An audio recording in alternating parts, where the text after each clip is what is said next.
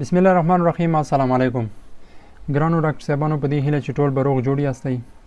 زه ډاکټر کفایت الله مانی یو ځل بیا تاسو ته د اناټومي او فزیولوژي په دوهم درس کې حاضر یم. تیر درس کې موږ په ابتدایي خبرو باندې په عمومیاتو باندې د اناټومي او فزیولوژي په تعریفاتو خبرې کړې وي. نن زموږ موضوع چې د هغه اناټومیکل پوزیشن یا اناټومیک وضعیت دی. اناټومیک وضعیت چې دی موږ سره د بدن د جوړښتونو په مطالعه او تشریح کولو کې چې دی مرسته کوي. دا یو سټنډرډ او هغه وضعیت ته ویل کېږي چې په دې وضعیت کې یو شخص به چې دی په هموار ځمکه به چې دی مستقیم ودرېږي، سترګې به یې خلاصې وي، خوله به یې بنده وي، مخامخ به چې دی ګوري، ورغوي یا پلمر ساحې به چې دی قدام طرف ته وي، لاسونه به یې د څنګ سره وسروي او پښې به چې دی سره یو ځای وي او تنه به چې دی د اپر لیم سره چې دی موازی وي. نو په دې وخت کې بیا موږ وایو چې شخص چې دی اناټومیک وضعیت غوره کړی دی. بله موضوع چې د هغه اناټومیکل پلانز دی یا اناټومیک پلانونه دي، د همدغې اناټومیک وضعیت له مخې چې دی موږ درې ډوله اناټومیک پلانونه چې دی لرو، چې یو ته میډین سجیټل پلان ویل کېږي، بل چې دی کرونل اور فرنټل پلان دی، او دریم چې موږ سره دی هغه ټرانسورس اور هاریزونټل یا اکزیل پلان دی. لومړی میډین سجیټل پلان چې دی دا هغه پلان دی چې د میډ لاین په استقامت عموداً چې دی رسمیږي او بدن چې دی دا په دوو برخو باندې دغه پلان چې دی ویشي، په چپ او ښي طرف باندې، لیفټ او رایټ باندې.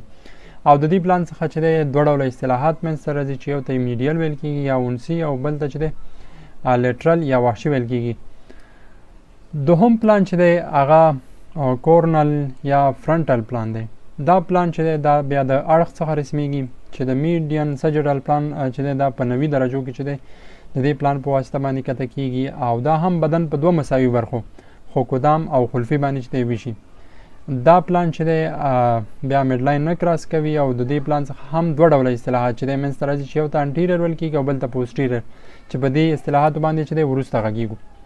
دریم پلان چې دی هغه موږ سره ټرانسورس یا هاریزونټل او یا هم اکزیل پلان دی. دا هغه پلان دی چې د انسان بدن چې په دوه برخو پورته علوي او ښکته سفلي برخو باندې چې دی ویشي، چې د دې څخه هم دوه ډوله اصطلاحات منځته راځي، چې یو ته سوپیریر ویل کېږي او بل ته انفیریر ویل کېږي. دغه پورته درې واړه پلانونه چې دی په هره عضو د بدن کې چې دی اخیستل کېدلی شي. اوس هم په اناټومیکه ټرمینالوژي خبرې کوو. په اناټومیکه ټرمینالوژي کې لومړی ټرم چې دی یا لومړی لغت چې دی هغه سوپیریر ده یا اپوارډ ورته ویل کېږي یا هم علوي. هغه ساختمانونه چې علوي کې وي یا هم د ټرانسورس پلان څخه چې دی پورته وي هغې ته سوپیریر ویل کېږي. دوهم چې دی هغه انفیریر ده یا ډاونورډ یا سفلي.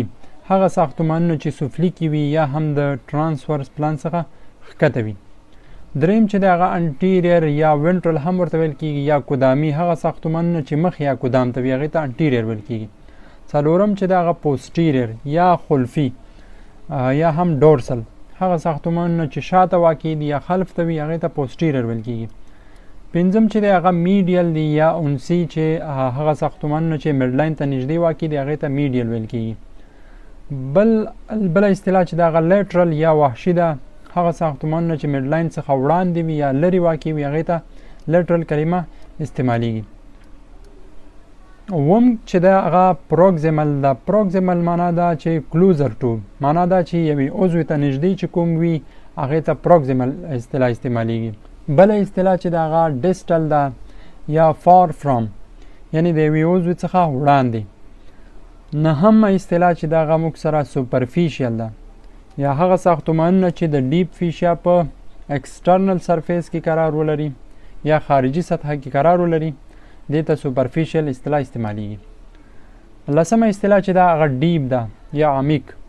هغه ساختمانونه چې د ډیپ فیشیا په واسطه پوښل شوي یا ورڅخه لاندې وي هغې ته د ډیپ کلمه چې دی کارول کېږي. بله اصطلاح چې دا هغه پلمر ده. پلمر چې دا ورغوي ساحې ته ویل کېږي. بله اصطلاح چې دا هغه ډورسل ده چې د لاس شا طرف ته ویل کېږي. دیارلسم چې دا هغه پلانټر ده یا د پښې لاندنۍ برخې ته ویل کېږي.